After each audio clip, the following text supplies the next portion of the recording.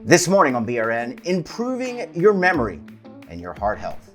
And joining me now to discuss this and a lot more is registered dietitian Alexis Supan from the Cleveland Clinic. Alexis, so great to see you. Thanks for joining us in the program this morning. Thank you. Thanks for having me.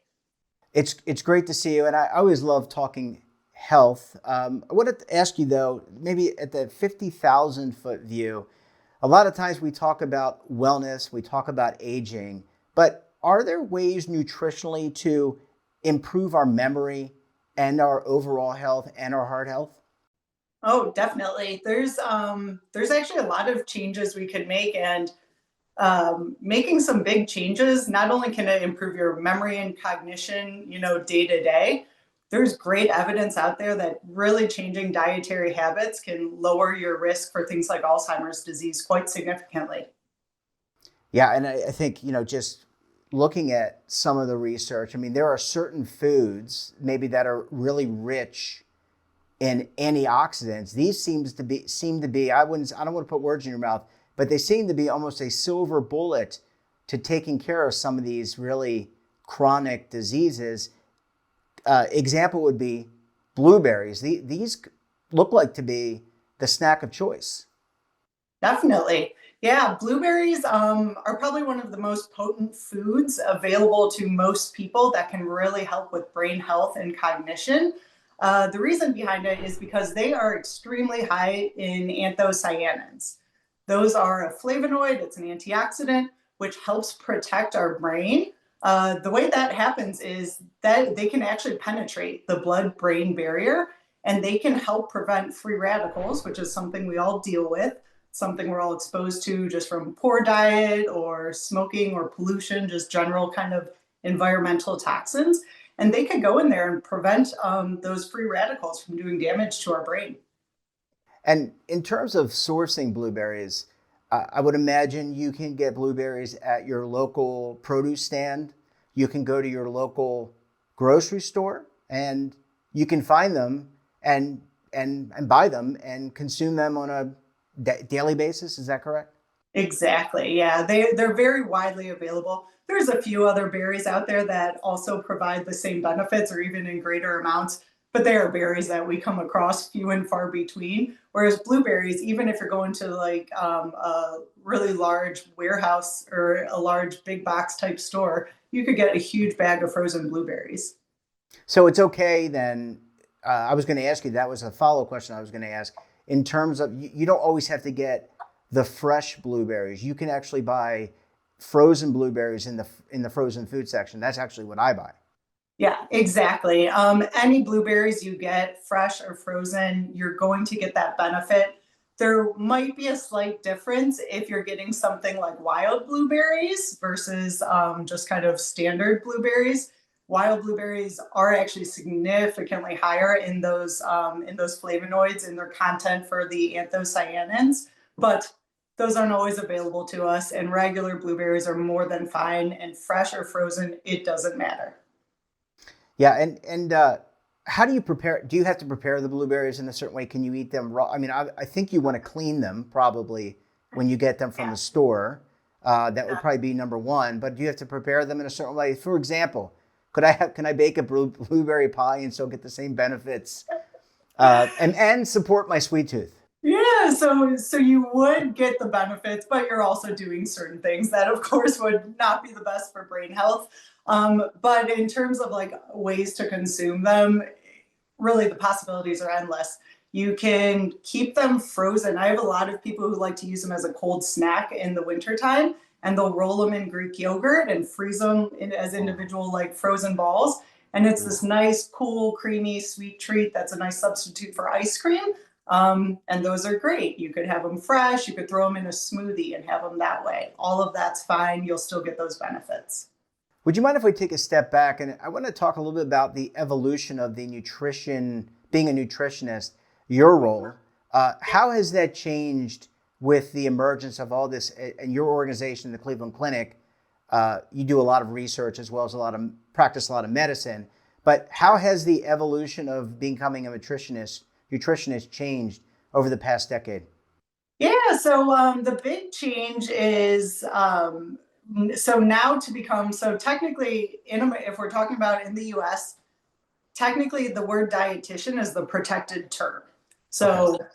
nutritionist, there's not much regulation. For dietitian, that is something that's been regulated. And recently there's been changes where now anyone who wants to become a dietitian has to get a master's degree.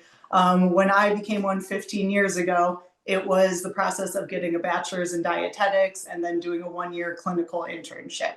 So they've just changed it a little bit. And then it's a very interesting field. People don't really think about this much, but nutrition sciences is it's a little baby. When we look at all the sciences, what we've learned about nutrition has really been kind of mostly from the last 100 years or so. You know, you go back much longer, there's not a ton of information. So it's a very new field. And I apologize. I meant dietitian as opposed to nutritionist. No, no harm, no foul there. You know, I'm just a layperson, so I don't really know. Yeah, I don't know much. I need people like yourself to help educate me. Um, just let me, if in the remaining time we have, if we could maybe shift a little bit to your diet and aging. I know we talked about memory and cognition. We talked a little bit about inflammation. Are there things that we need to really think hard about as we age? You hit your 40s, your 50s. Obviously, weight gain, I can attest to that, is an issue. But do we need to eat and source our foods differently than we did in our 20s and 30s? Probably, unless you just happen to be a very healthy, a very health conscious eater in your 20s and 30s. Yes, you want to start paying more attention to it, and kind of regardless for age, even if you're in your 60s or 70s and thinking, you know, most of what's done is done, never too late to make some changes and see the benefit. In general, what you want to be doing is trying to decrease those processed and ultra processed foods in the diet.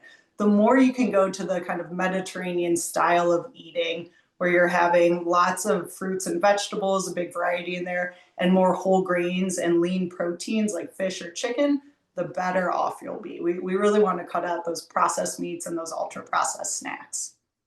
And let me, as a follow up to that, let me ask you about the importance of water. We're what, 2/3 water, 3/4 water? Yeah. Is water more important as you age than when you were 20 or 30 something, or is it kind of about the same? You need water regardless. It's a bit more important. And part of the reason I say that is because as people age, they tend to be a little less good about staying hydrated.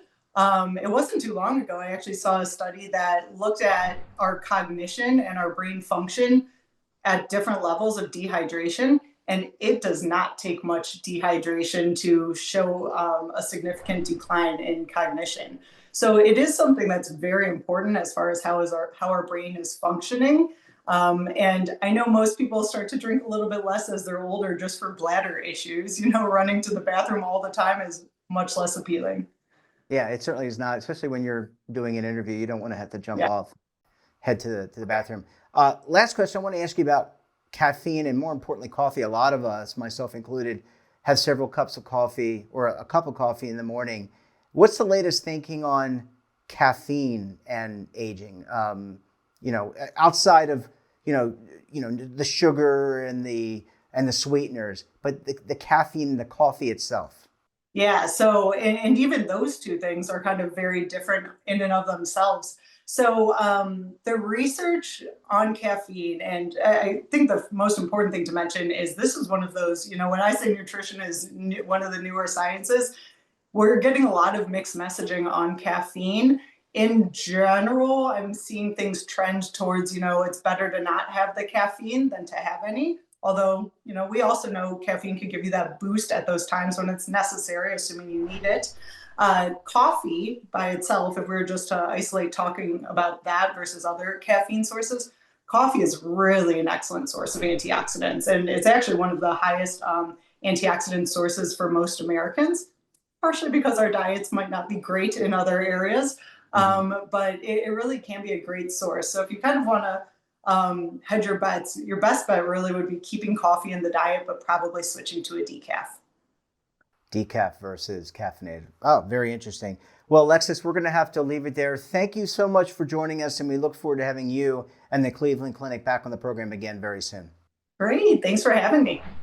And don't forget to subscribe to our daily newsletter, The Morning Pulse, for all the news in one place. Details, of course, at our website, and your subscription helps support all this great BRN content. And we're back again tomorrow for another edition of BRN. Until then, I'm Jeff Snyder. Stay safe, keep on saving, and don't forget, roll with the changes.